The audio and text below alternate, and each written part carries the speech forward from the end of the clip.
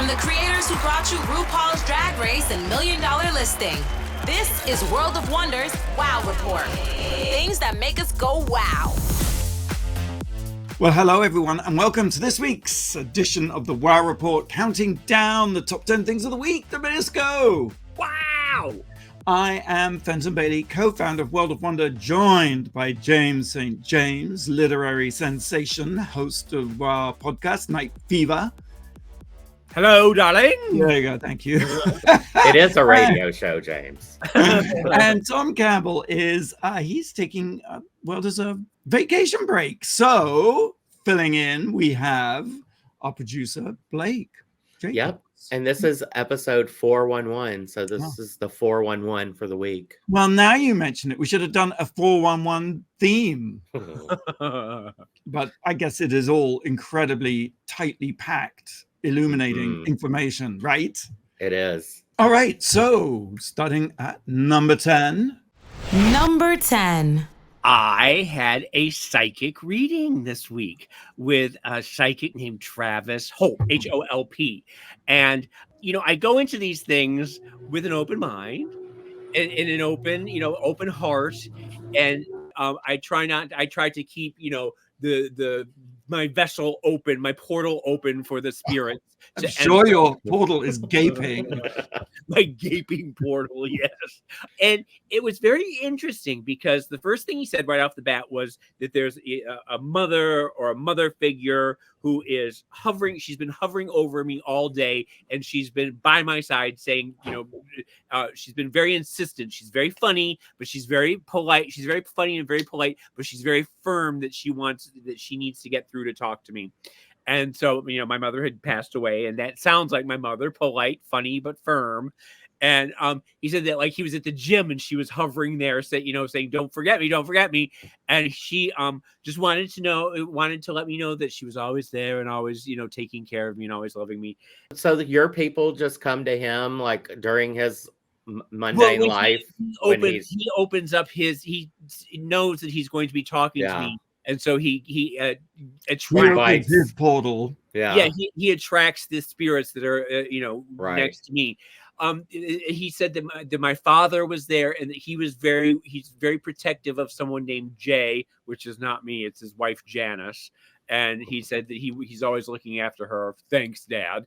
And then out of the blue, he said, "Is there a Michael?"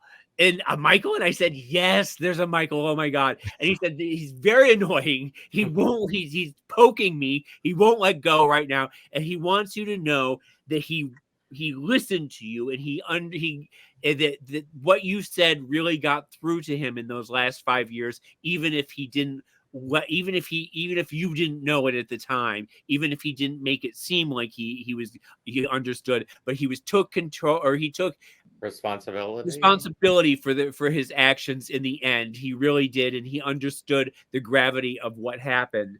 And so for the viewers, the listeners, that Michael would be Michael Alig. And when I said Michael Alig, he said, "Oh, are you?" And then he didn't, because he just heard my name was James. He didn't know that I was James St. James. So take that with a grain of salt. Whether I know the cynic in me is like, he's been Googling you before. Well, that's just it too. But then he also said, and this one was sort of funny because he said, "I'm getting something about a book. Well, I'm sitting there, with this 10,000 books behind me. And he said, you're writing a book. And I said, yes. And he said that the book would be very healing for me, and that everybody around you is saying, don't worry about us. We're dead. We don't care. Say what you have to say to get to your own feeling," which is sort of like what the problem has been. Like, how do I disrespect, my father, my grandfather? Right.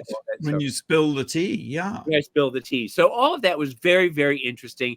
And I walked away from it like believing all of it was true. I believed that my mother was, wanting me to, that she was taking care of me, and she was, always going to be there by my side. He said that, did your mother have a sister? And she didn't have a sister, but she had a best friend, Carol, who recently passed. And they grew up together, and they were friends their whole lives. And he said the sister-like character is by her side, and they're very happy to be together again, and they are at each other's side, and so that was very nice to know that she was. Anyway, the upside of this is that he wants to do he does this over Zoom, and he wants to do you, Fenton, and or Randy, if you want to do it. I would love it. I would love it. Did you just see the announcement that Netflix is doing a live, not every day, but several times a week show with a psychic? Well, that's interesting because he just got a TV deal with Jeff Lewis was producing his show. Oh wow. Yeah. So is that it? I don't know if this is it. I don't think it is. Jeff Lewis is our radio mate. I listen to him often. Yeah, so Jeff Lewis was going to do it, and he just did a really big reading with Carney Wilson, and Carney just fell in love with him by Travis Walt. So the Netflix show is Life After Death with Tyler Henry. Oh yeah, Tyler, of course. They're doing a live, little Twinkie Tyler, adorable. Who did Rue? He did a really good reading with Rue, if I recall. Oh. Yeah, but so yes, I will hook this up for you because it's really fun. I mean, he's really it's just fun to figure. I love it. I love it. And when's his show coming on? Do you know where it's coming on? I don't know. I'll when it starts, we'll do. Maybe we'll bring him on the show. We'll bring him on. Yeah. Okay. Awesome. Number 9. Number 9. I may be having a midlife crisis. I guess 40 is like midlife, right? Yeah, for you maybe. Yeah. Well, so I'm kind of, I like to go out when I moved here. I went out often. Yeah. I was kind of a party girl. And now I went to Tahoe about a month ago. I drove up to visit family who was visiting there. They were on vacation there. And one of the things we did was we rode bikes, e-bikes. We rented e-bikes. And they have trails everywhere. Like you could probably get for all around the lake on bike trails if you wanted to. What is an e-bike? Does it have a little motor in it? What does it do? Yeah, it has like a battery that you take it off and you recharge it, and it just gives you a little extra power. Like the comparison I made was like when I was a kid, I used to take my bike everywhere, and it was never like I was riding a bike. It kind of feels like that again. Because you were young and had energy and muscle mass, but now you're old and it's harder to pedal. Exactly. So I love the help you can get. Yeah. So my family was only there I only got to hang out with them for one day, but they went home, they flew home, and I stayed another day and rented an e-bike by myself and loved it so much. I got home and I'd lost like 5 to 10 pounds. So I had kept all this money that Fenton and Randy gave me and James when we had Fenton and Randy are giving you money? No, when we had our 16-year anniversaries, we get a gift. Oh, right. And I use my money to buy a new. You've just had your bonus sitting in a bank account for 2 years. I have, for a rainy day. I didn't last 3 days. Well, I've had so much fun with it. I'm getting it a hitch for my car so I can take it places because it's kind of dangerous, biking around here. But I've already driven to the LA River and drive up all the way like to Burbank to the Griffith Park and then drive back. It's like an 18-mile round trip. I've done it a couple of times. So, and I've been on a plateau. I've been losing weight, but I've been kind of like stuck for a little bit. And as this it happens, sure. Giving me that extra. So tell us where your big adventure is going to be. Oh, so now I'm planning a trip. Once I get my hitch on, I'm going to go to I've never been to the Grand Canyon. I'm going to drive to the Grand Canyon. I may car camp. I did that on my big Tahoe trip. I went to Mammoth on the way home from Tahoe. I stopped in Mammoth and they had this mountain coaster. It's kind of like a ski lift. It's a roller coaster on a track and it takes you up like a ski lift and then gravity brings you all the way down. It's just something for, ski resorts to do during the summer to make money. It was so fun. So I enjoyed it so much. I car camped there that now I'm thinking I can do this. And I'm thinking about going to the Grand Canyon and maybe sleeping in my car in Flagstaff, Arizona, since that's up in the mountains where it'll be cool. And do you guys have any experience with exercise? No nature. I mean, Fenton likes Fogo Island, but I guess he's like in a resort. It's sort of a bleak, barren island, so you want to limit your outdoors time. Certainly in the winter, you do. But Yeah. this sounds really incredible. The e-bikes. But what about bears and what about wolves and coyotes and serial Like, is a killers? bear or a car? Well, I was kind of scared. I had this one dumb sucker in my car when I was car camped in Mammoth, and I was like, I better eat this just in case. I don't think a bear would. But yeah, you're supposed to have like bear boxes and stuff. I didn't have anything in my car, and I was locked in my car. So you do this by yourself, and I'm very impressed with that because I don't know that I could go into the woods or the mountains or way out in the nature by myself and not trust myself not to get lost, or eaten, or eaten, or beaten or stabbed. I mean, that part is kind of scary, but I do like to find other people around. I haven't ventured out into the middle of the freaking woods by myself. I like to, like when I went, there were people like 100 yards away from me, good distance. Do you talk to them, or you just like having them around? No, but when I drove out that morning, I waved and said hi, Well, this is all very exciting, Blake. Hey, I'm very proud. I know you're the new Bear Grylls. Well, we'll see. Oh, I can't wait to hear more adventures from. Yeah, maybe I'll go to Sedona. Yeah, I want to do like Atlas Obscura America. But you do have to be a little careful in terms of the heat. Right now wouldn't be a good time in the Grand Canyon or Phoenix, Right. Yeah, that's why I was saying drive up to Flagstaff if I was going to sleep in my car, because that's up in the mountains. All right. Number 8. Number 8. Jazz Tanke, a good friend and the senior artisans editor at Variety, invited me to go see Alien Romulus. I think it's the 7th installment of the Alien franchise. But it's supposed to come after Alien and before Aliens, right? That is correct. Yes, it comes after Alien. I guess it's not really a spoiler, but the way Alien ends with Sigourney Weaver blasting the alien into outer space and presumably to its death. Dun, dun, dun. Well, this begins with the recovery of what looks like a burnt piece of rock. In space, floating in space. Yes. It's like a meteor and they pull it in. Very long story short, you can imagine it picks up where Alien, the first installment of the franchise, left off. First, I have to say, this is a spectacular world building. Just, I've always had a bit of a hard-on for the Weyland-Yutani Corporation, the sort of the brutal industrial dystopia tech of the corporation that is like conquering outer space and mining things and wants to evolve a biologically merciless machine. Is that what your attraction to this series is? Well, it just is always done very well. It's very like the future is dystopian and it's not all shiny and new. I'm not like genuinely sexually stimulated, but it's an exciting visual thing. It's not Star Trek. It's exactly. It's Star Trek in a sort of if the Federation ran out of a budget and they were just patching their ships together with bits and pieces. So anyway, like Elon Musk. There you go. Yes. Is there like a Geiger-esque element to the set design? Absolutely. And everything? Needless to say, the alien is not a charred corpse. Essentially, comes back to life, and as with the original movie, there is a bunch of people on a spaceship being chased down by aliens, and trying to survive and outwit and outrun and outlast.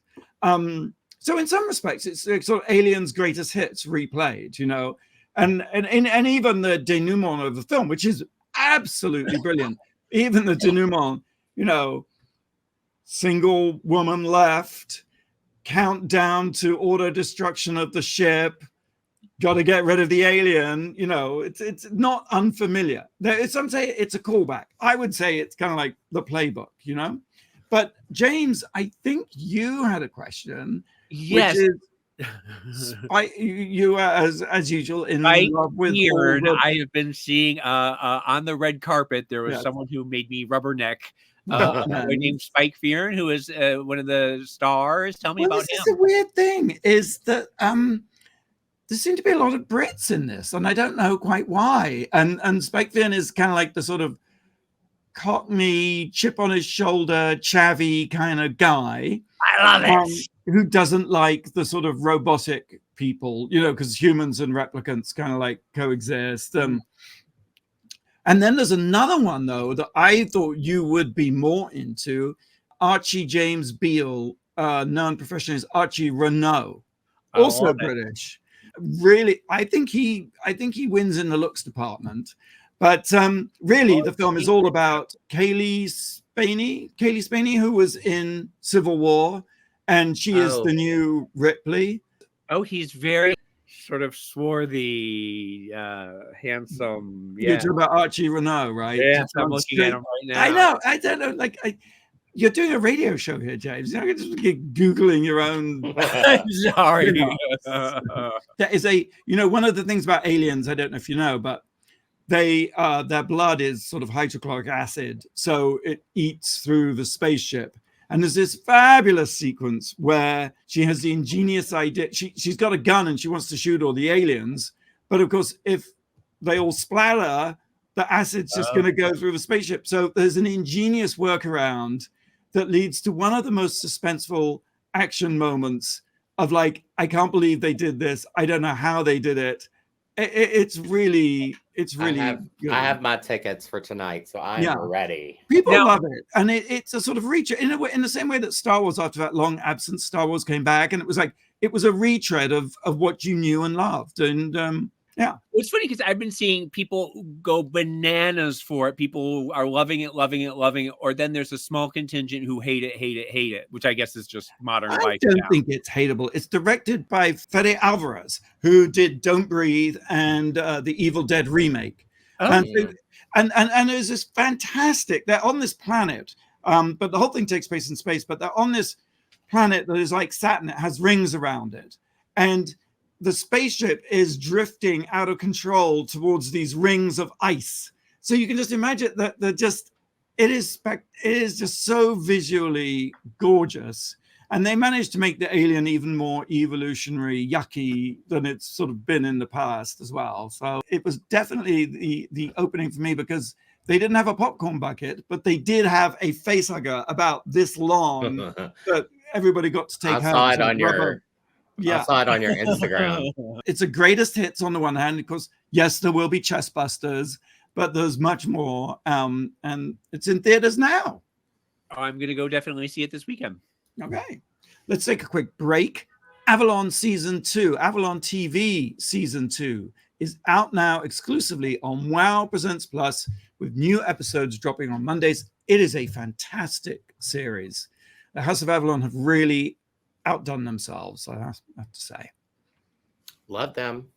I have a question for you guys. Mm-hmm. Now, these questions are both going to be about Peggy Moffitt, who we've lost this week. And we're going to talk about her a little more later. But Peggy Moffitt's unique look became an icon of 60s fashion scene. Yeah. James was telling me about this earlier. She developed a signature style, including false eyelashes and heavy eye makeup. Her hairstyle, an asymmetrical bowl cut, created by Vidal Sassoon.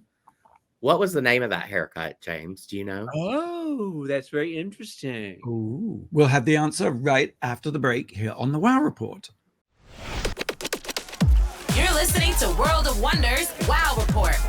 Things that make us go wow.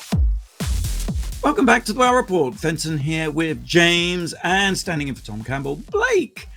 Hi. And I asked, we're talking about Peggy Moffitt, the glamorous supermodel of the 60s who we lost this week. What was her hairstyle? An asymmetrical bowl cut, styled by Vidal Sassoon. What was it called? That's so funny, because I was just going to call it an asymmetrical bowl cut. I think it was called the Sassoon. Oh, good guess. Interesting. Maybe asymmetrical helmet. I don't know what. It's called the 5-point. Oh, yes, of course, because it comes down into 5 different points. Wow. Who knew? We are counting down top 10 things of the week that made us go wow. We've reached number 7. Number 7. I have finished watching the Umbrella Academy season 4, which came out on Netflix this last week. It's only 6 episodes. It's the last season they're doing. This is tying up everything. They were only doing 4 seasons, and then that's the end. So this is tying up all the loose ends of everything this season. It's not that good. It's sort of clunky, but I love this universe so much. I love these characters so much. I love the cinematography. I love everything about this. So whether clunky episodes or not, I'm completely there. I'm completely happy. If you remember, the premise of the show is that at noon on October 31st, 1989, 49 women around the world spontaneously gave birth despite not having been pregnant an hour before. So all of a sudden, these women, 49 women around the world, just start going into labor, and they give birth to these children, and the children each one has a different superpower. And eccentric billionaire Reginald Hargroves decides that he's going to adopt as many as he can. So he goes around and he gets 7 of them, I think, and he turns them into a superhero group. He raises them to be a superhero group called the Umbrella Academy. And he doesn't give them names, he gives them numbers. So there's 1, 2, 3, 4, 5, 6, and 7. And each one has a different superpower. They're all lovable. They're wonderful, wonderful, wonderful. They're hot. There's some hot boys in it to keep me. There's a Ben, a dead boy who's really cute. There's a guy who's part gorilla. He's got a gorilla body and a man face. He's really gorgeous. Anyway, one of the best juicy gorilla. Yeah, he has a juicy gorilla. But one of the best things they did was that Elliot Page is one of the stars. Is one of the Umbrella kids. Is one of the 7. He is I think he's number 5. I can't remember. But at a certain point during the making while they were filming it, Elliot transitioned into becoming Elliot Page as opposed to his other former gender.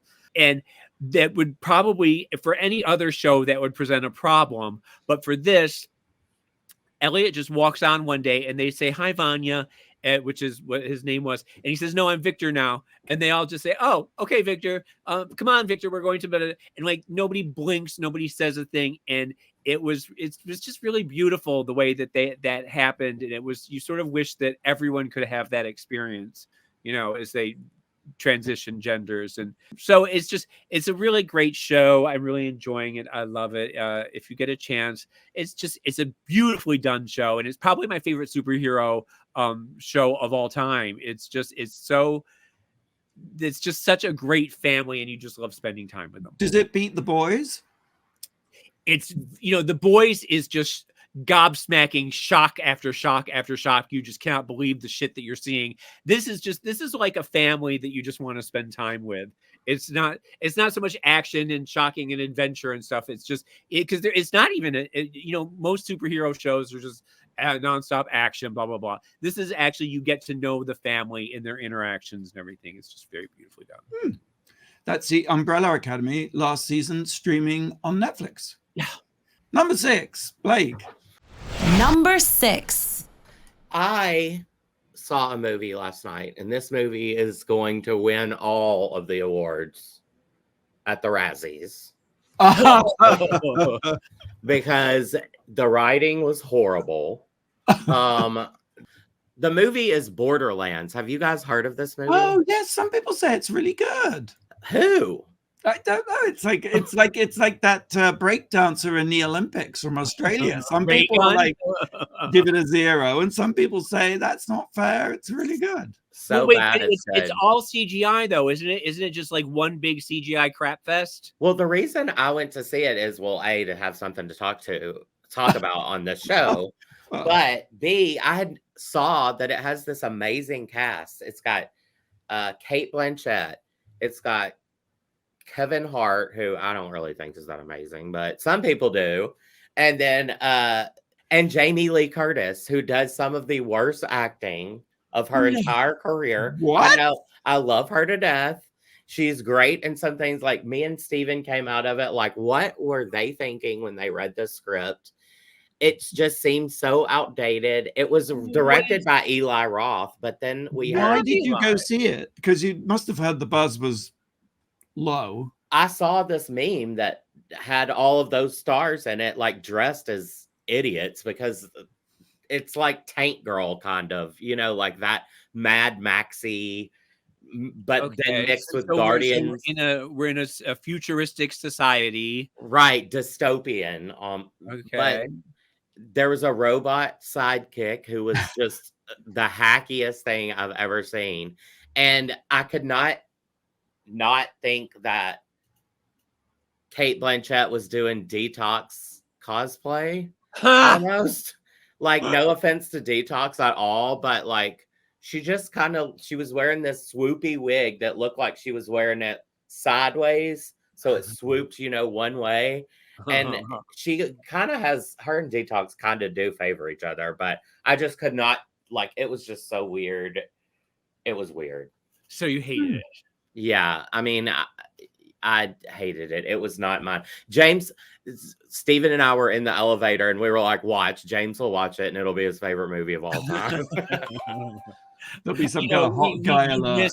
Steven last week, where Steven and I had a little argument over a few things. What did you argue about? Oh, I should just go listen to the show, I guess.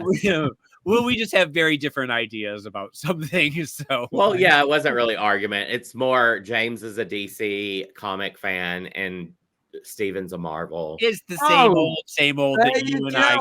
I wish I was there because well, yes, it would be 2 against 1, and I would have to back down. So yeah, you never back down. Well, that's Borderlands. Borderlands. It's out at theaters now. When is it coming to streaming anytime soon? Do you know anything about? If I had to guess, it would be on streaming next week. But we'll see. That's Borderlands in theaters now. Number 5. Laughing all the way to the Banksy. Get it? No, look, Banksy has unveiled, I think at the latest count, it's 9 new murals, or I should say works of art, all which feature animals. I think some of them are really fabulous. There's that like mounting goat sticking on the side of a building like it's standing on a rocky outcrop. There's what is it that's lifting up the Louvre gates of the London Zoo to let animals out? I can't remember what the animal is that's doing it. There's a rhino humping an old broken down car with a that one on the hood. That's really good. There's there was satellite dish on the satellite dish, and the people who had the satellite dish instantly took it down and yes, I mean immediately all these works get carted off, or like, you know, barriers go up around them. But funnily enough, this weekend, Mr. Brainwash, who has this museum in Beverly Hills, this art museum, offered, like, it was just a free day. I just found it on the internet. It's like, free, get your tickets. Wow. So I thought, okay, that's a good idea. So we all went on Sunday, Nolan, Elliot, Billy, and me went off to the Mr. Brainwash Art Museum. And I know Tom's talked about it before here on the show, and it opened, I think, the end of 2022. So it's been open for almost 2 years. I have to say, it was incredible. Really, it was really popular. There were so many people there. As you go in, they're like, take lots of pictures. So I suppose in that respect, it's like, it's not dissimilar in some ways to the Instagram installation experiences, like the Museum of Ice Cream, where the whole purpose is to take pictures. Or the Britney one, yes. Yeah, but I also thought the art was really good, really good. Like, I remember his first show here in LA was at that sort of cement factory on La Brea, and you were like, okay, you know, it's giant aerosol cans painted like Warhol soup cans, and you're like, well, where's this going to go?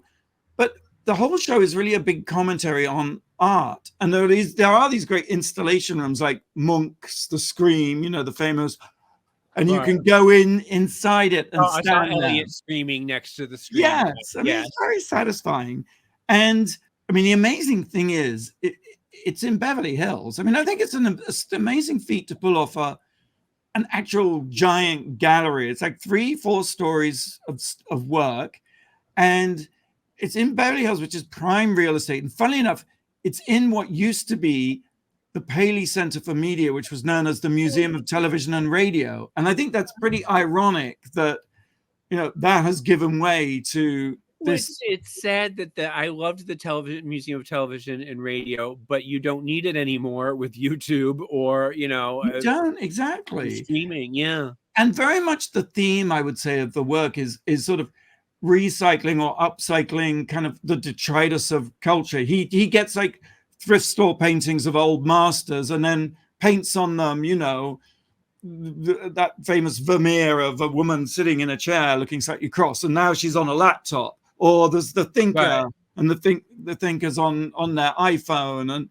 it's just all very clever, and I think sort of very Banksy-esque. And in fact, as you know, Banksy stepped in and directed Exit Through the Gift Shop, which is all about Mr. Brainwash. And I think there was people were wondering, are they one and the same person? Well, yeah. You say that it's prime Beverly Hills real estate. Well, how does Mr. Brainwash afford that unless he's Banksy? I mean, it could well be. And that Terry Guetta, Guetta, he's kind of like French and wears a pork pie hat and is very sort of, I say this with love, like a crazy Frenchman, I think he's friends with Theron. I think he and Theron is. Yes, he came into the office several times and would show us his videos, and that ended up becoming Enter Through the Gift Shop. So I don't know if they're the same. Well, I just don't know. Okay, the question to me, though, to go back to Banksy and his sudden proliferation everywhere, everywhere all at once, because he hadn't been around for a while, and then all of a sudden 9 paintings in the course of 2 weeks, and they're all animal related. What do you think it suggests? What do you think he's trying to say? Well, I think on the one hand, it's like the urban jungle, of sort of like this great one of monkeys on a railway bridge, but that makes me wonder if him and Mr. Brainwash are like acting together, because it's very odd that Mr. Brainwash would suddenly do a free day at the museum at the same time there's all this activity going on. And Mr. Brainwash's work is also really about the urban jungle and the sort of reappropriation of art in a sort of using junk and discarded trash like thrift store paintings or old telephones. It's like, it's really intriguing. There's a great bit. Some new movie on the horizon or some big event that something's coming. Yeah. Have you been to it, James? I have not. I went to the cement factory one. Went to that party, but I haven't been to the Beverly Hills yet. Because the other thing is, as you enter, he got all these books, because we know no one reads books anymore. Mm-hmm. And he's built a giant Tyrannosaurus Rex out of books, and it's really good. Oh, that's an interesting comment. Right? It's like he's sort of he's found something to do with books that is genuinely like, oh wow, that's pretty cool, But also, only dinosaurs read books, and they're going the way of the dinosaur with, I was thinking I would go back and secretly dump a copy of Screen Age in. Pick it up. That's hysterical. Well, let me give you a copy of Freak Show. Yeah, okay. Like, we should send someone every day to go and put a book in the file. So that's Mr. Brainwash's art museum in Beverly Hills. So if you're in LA, it's really worth going. So we take a break. James, do you want to do a plug for Night Fever? We are 7 episodes into season 4 of our podcast, Night Fever, Nightlife Legends of the 70s, 80s, 90s, and beyond. And we have had a lot of really interesting guests. We've got a lot more still to come. And get a chance where you watch it listen to it either on Spotify or Apple or wherever you get your podcast, or watch it on Wow Presents Plus. That's awesome. And this week's guest, of course, is Trey Spiegel. Trey Spiegel, our longtime co-editor of the Wow Report, and a longtime friend and artist and editor and polymath, Renaissance man. Yes, and a nightlife photographer whose books of 80s Polaroids is out now. And coming up, we have Richie Rich next week.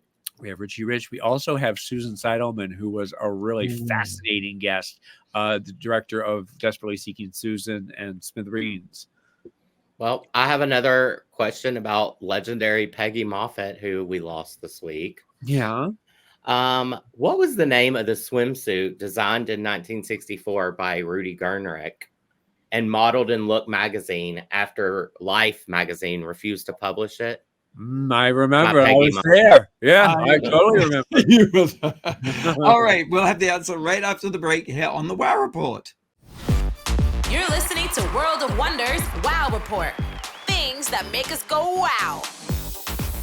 Welcome back to the Wow Report. It's Fenton here with James and Blake. We're counting down the top 10 things of the week that made us go wow. But before we carry on with the countdown, Blake, you got a question? I did, and it's about Peggy Moffitt, the famous supermodel who we lost this week. What was the name of the swimsuit designed in 1964 by Rudy Gernreich and modeled I never in know Look? the answer to any of these questions, but it's the bikini. No, it's not. No. It's the monokini is what it is, because bi is two, and the monokini just goes straight up and exposes her boobs. Yes, her boobies. it's the monokini or the unikini. Yeah, very famous. And no wonder Life wouldn't publish the pictures, so it went to Look. Is that what you said? That's right. Yeah, just Peggy Moffitt monokini. Google it, and it will take you right back to the 60s. Well, bringing us into our number 4. Number 4. So number 4, I guess let's talk about Peggy Moffitt for a second, because she was such a huge part of the look of the 1960s. Like, you look at her and you just, with the hairdo and the makeup and the outfits, the Rudy Gernrich outfits. She also did a lot of Pierre Cardin and who was the other one? The space age. Courage. Yes, so much of her look is just it's so 60s, with the makeup, the huge makeup and the eyelashes and the hairdo, the Vidal Sassoon hairdo, and she was basically a muse for Rudy Gernrich, but also for Courage and Pierre Cardin and all that space agey kind of stuff from the 60s.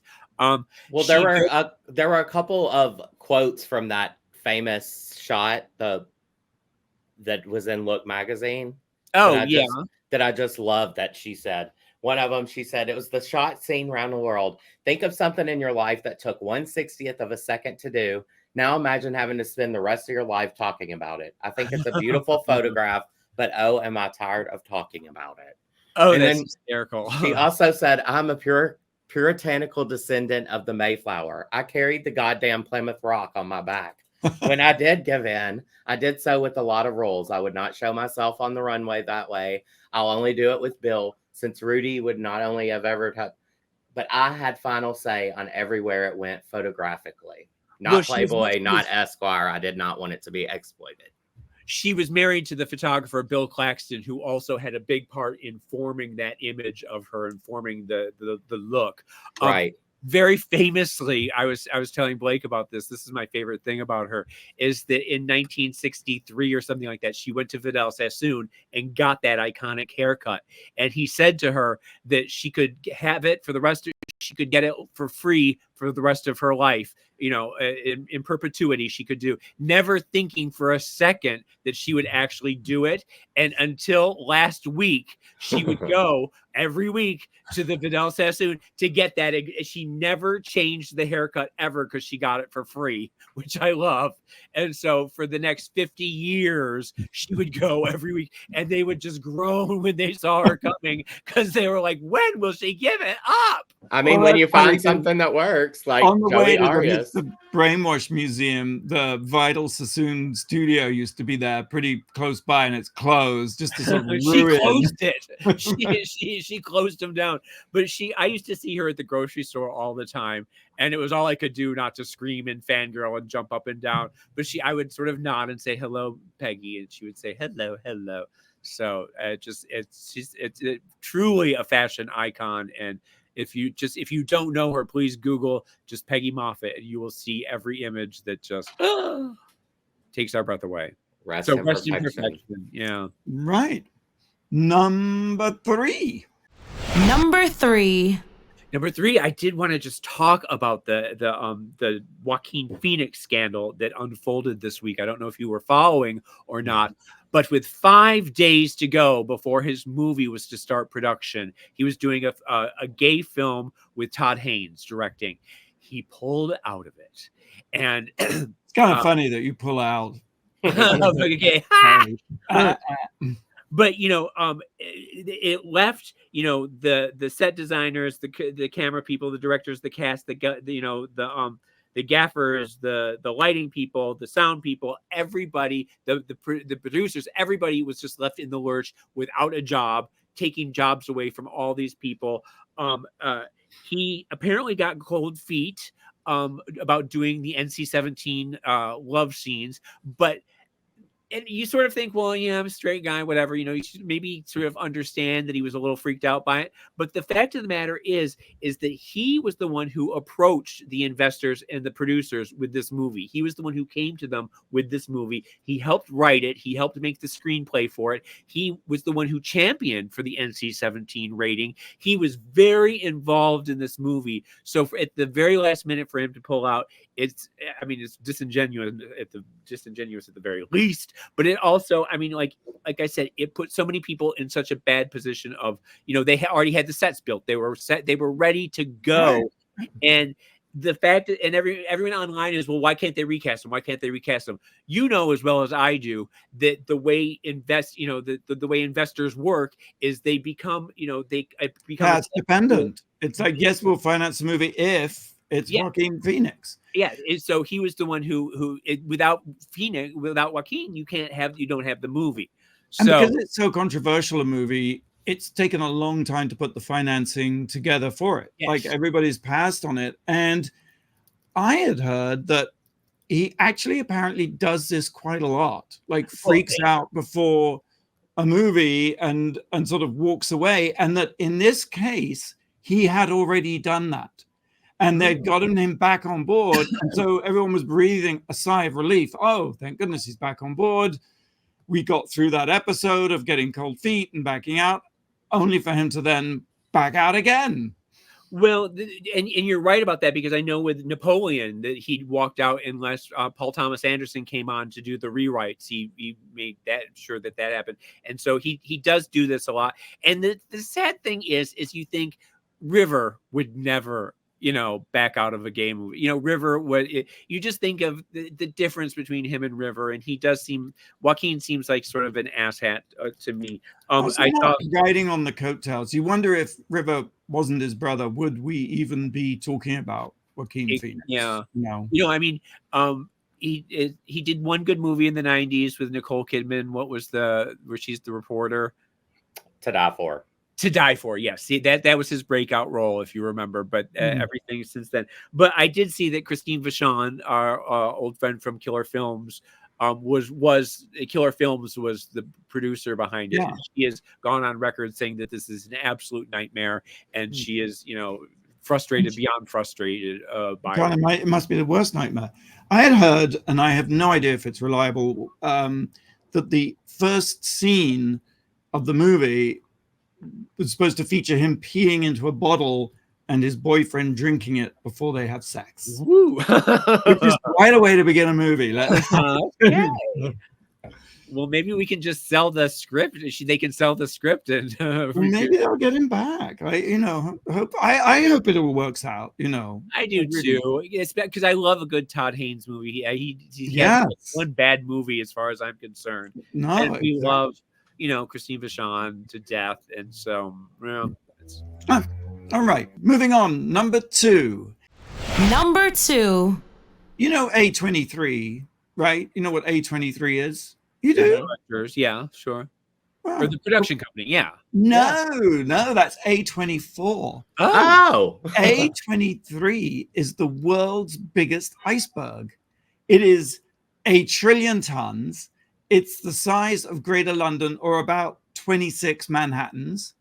And it actually broke off from the Antarctic in 1986. And it's stuck in the middle of the sea. It has been sitting in the middle of the sea ever since it broke off from the ice shelf. And it's currently rotating in the Antarctic Circumpolar Current, the ACC, the Antarctic Circumpolar Current, which is some giant sort of current. And it is literally sitting in the middle of the sea, spinning. It does like 15 degrees a day. So like about every 24 days, it does a full rotation. It's been there forever. It's probably going to be there forever. Well, And wait, is it melting due to some sort of global warming or anything? yeah, but it hasn't, it's not shrinking because I guess like for some reason the water's very cold there, or and it's just spinning round. Is it kind of like that big island or just mass of trash that's in the Pacific? Oh, the Pacific trash gyre or something. Yeah. Yeah, maybe it's the same concept of why it won't it is. move. Yeah, so there's garbage in the Pacific going on, and there's this giant iceberg. I just thought that was amazing. Where is it again? How far from land is it? Somewhere between like Scotland and Greenland, I think. Oh, right. Huh. Yeah. And it's up northeast, sort of like yeah. It's if you Google the Peary Bank, I think is what it's sort of stuck on. It's sort of like the ocean bed isn't even, and this thing is ultra massive, and so it's sort of almost blocked in by like A, the currents which keep it spinning, and B, the different topography of the seabed. You should find a way to put a big lodge on it, and you'll have a new view every day. Like the spinning restaurants. Yeah. From the 60s. Yeah, sure. Millionaires will be lined up in their yachts. There you go. It's funny. Well, I wonder what A22 is, or A25, or I mean, we know A23 and A24 now. I mean, yeah, I wonder if A23A. So I don't. Yeah. I wonder if there is an A24 and if the production company owns it. Right. Wonder where they got the name. Yeah, interesting. Yeah. So, all right, we're going to take one more break, and then we come back. We'll reveal the number one thing that makes us go wow. But I have to tell you, tonight, Global All Stars, RuPaul's Drag Race Global All Stars premieres today on Wow Presents Plus, globally, excluding the US and Canada, where it will air on Paramount Plus, and of course in Canada it will be on Crave. So excited about this one. It is unbelievable. It is a spectacular show, if I do say so. Well, I haven't seen any of it, but so far I'm Team Alyssa just because she's USA. Oh, there you go. Exactly. Hey, we'll be right back after the break. You're listening to World of Wonders Wow Report. Things that make us go wow. Welcome back to the Wow Report. Fenton here with James and Blake. And we've been counting down the top 10 things of the week. Could you sound more excited to be with us? Welcome back to the Wow Report. It's Fenton here with James and Blake. And we've been counting down the top 10 things of the week that make us go wow. And you know what? We've reached number one. Number one. You know, this JD Vance, did anybody bother to vet him? Like, every day something else comes out about this fool, this idiot. Like, I just, you got to think that Peter Thiel, who is the one who brought him to, Peter Thiel and Don Jr. were the ones who brought him to Donald. And Peter is the guy that was Gawker. Yeah. He's the gay billionaire who closed down Gawker. But you have to be careful what you say, or else we'll get closed down. Oh, okay. Anyway. No, I'm joking. I'm sure it's fine. But JD Vance, this week, some pictures of him in drag at Yale came out, and he's just the worst god-awful drag queen you've ever seen. Just, brick faced with that cheap shake, dime store wig. Yeah. And not that there's anything wrong with drag, of course. There's anything wrong. But the fact that he is anti-LGBTQ and anti-drag and all of that stuff, and then to have, all these drag pictures surface. Well, not to mention wearing makeup every day of his life. Well, Captain Guyliner was trending for a long time because he's, wears that, he's got those beady little rat eyes, and then he tries to put eyeliner on to make them seem bigger. But anyway, the funny thing was, I said it on mine. I showed the picture and I said, what would his drag queen name be? Yes, and then everyone else is doing that as well. And so I just want to read off some of the ones that were the funniest. Sophia Loren, like Sophia Loren, was the overall favorite. Sofa Viagra, like Sofia Vergara. Jennifer Convertible. That's And Ashley Furniture. Those were two of my favorite. Linda Loveseat was one of my favorites. I come into couch. Like, what does that even mean? I come into is the name. I come into couch. And then Ivana Futa-Couch. and then I think Dan Savage was the one who said Vivian Vance, who was Ethel on I Love Lucy, but because the last name Vance, you just call her Vivian Vance. I got a good one. I saw Recliner. And then someone said, I guess this means that he's transsectional. Well, there's a chaise lounge somewhere. There is a chaise. There's a Chaz lounge, I think. Yeah. Chaz lounge. Mary L. Trump, Trump's niece, right? Who's I love her blog. It's so good. Her Substack. She wrote, I just want to quote it because it's so good. J.D. Vance is a smug and condescending fraud people have come to hate. His attacks on childless cat ladies have exposed him as a narrow-minded creep he is. But as Vance should know by now, only Donald Trump can get away with attacking veterans and women. Donald Trump is losing, he's losing it, and the only thing he has going for him is J.D. Vance. So yeah, he's got nothing. Like, wow. It's very weird, the ascendancy of JD Vance with it. Just terrible in front of crowds, terrible on the stump, and every day there seems to be a new scandal about him. You got to get the idea that Trump is regretting it, but also this whole idea that Kamala is whatever she wants to be, to the extent that she's not either black or. But the fact of the matter is that J.D. Vance, first of all, changed his name from Jamal to something like he changed his name 4 different times before he landed on J.D. Vance. And he, there's so many things about him. The whole hillbilly elegy thing is a fraud. He went to Yale. He was never a poor. His mother, did not, whatever. It's like Kid Rock. They're all frauds. Yes, exactly.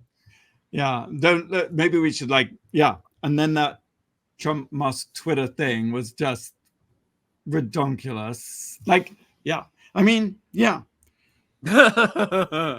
Should we just leave it there? I guess so. Yeah, more to come with JD Vance, I'm sure, in the weeks to come. Thank you for tuning into the Wow Report on Radio Andy, Sirius XM. Previous episodes on our YouTube channel, Wow Presents. Thank you, James. Thank you, Blake. Hurry back, Tom. In the meantime, go out and do something that makes the world go wow.